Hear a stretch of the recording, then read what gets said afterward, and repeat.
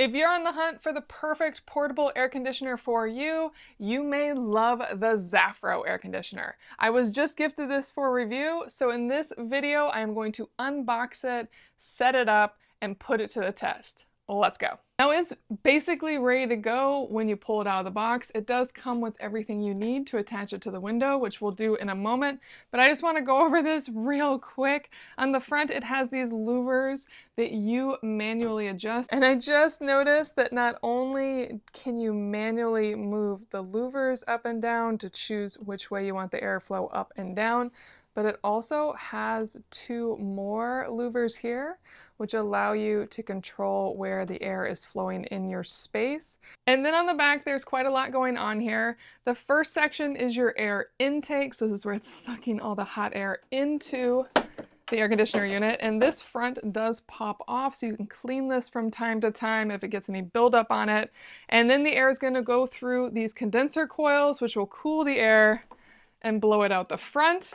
The rest of this is for exhaust. Down here, it's just to allow the air conditioner to breathe, to just get enough air going through it to keep cool, but it will mostly blow any excess hot air and moisture out this vent right here. And this is where you will add your ventilation tube to hook it to the window. On top of that, it has two drainage openings here.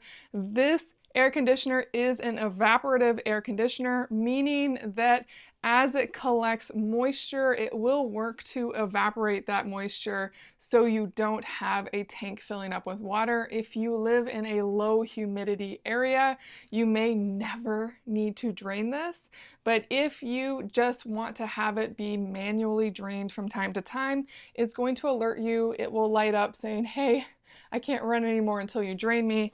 And that's when you'll open up this bottom drain here and empty it out. But if you live in a high humidity area, you will probably want to set this up for continuous drainage, and that's what this opening right here is for. Maybe you have this in the basement near a sump pump or some other way to make it easily drain. But if you have a way to make it easily drain, that'll save you a lot of effort. Then again, you can always drain it manually when it tells you it needs it. And it does come with a super simple drainage tube. I would recommend using this for the manual drainage. If you are doing the continuous drainage, I would recommend getting a better tube, but it depends on what you need. And then for this funny looking spot right here, this really is nothing. It's just meant as a way to store the power cord when not in use, just to keep it all combined. You can just wrap this up and then it can be stored easily.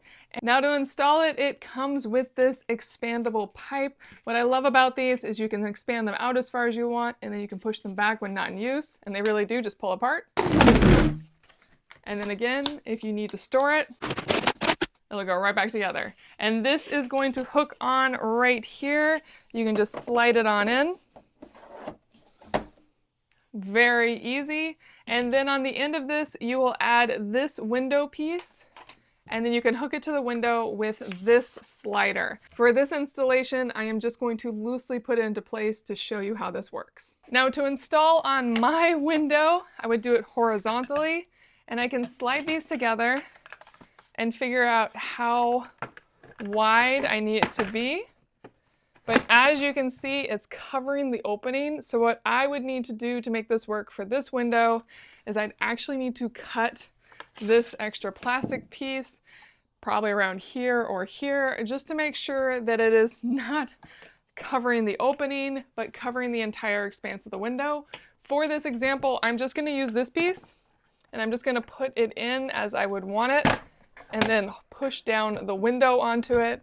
So it's very loose in my example and obviously has an opening, but you get the concept. And once you have it like this, I definitely recommend using some outdoor weather tape, probably some screws at the top of the window to make sure the window doesn't move. Just make sure it's not going to move at all or fall out. The one nice thing about these portable ACs though is the only thing that might fall out is this piece of plastic right here, so there's not a real concern. It's not like a window air conditioner. So it's a little low risk. Really, you probably just need the weather stripping. So that's ready to go. Next piece is adding this back onto the portable AC. And then I'm just going to expand it And now that it's expanded, I will pop this on. It's not the easiest to pop on. You just gotta kind of force it in and make it hook. But now that's ready to go. And then it really is as easy as popping this into this window opening.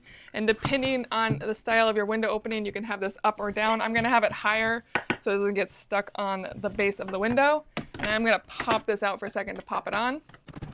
And we're ready to go. Let's turn it on. And it is now plugged in, so I should just be able to turn it on. Yes, it immediately tells me the temperature in my room and starts going. And if I open up these vents, it is already flowing beautifully. Let me go over all these controls right here. Now here are all those controls up close. I know this looks like it's flashing on the video, but it is solid for me in real life.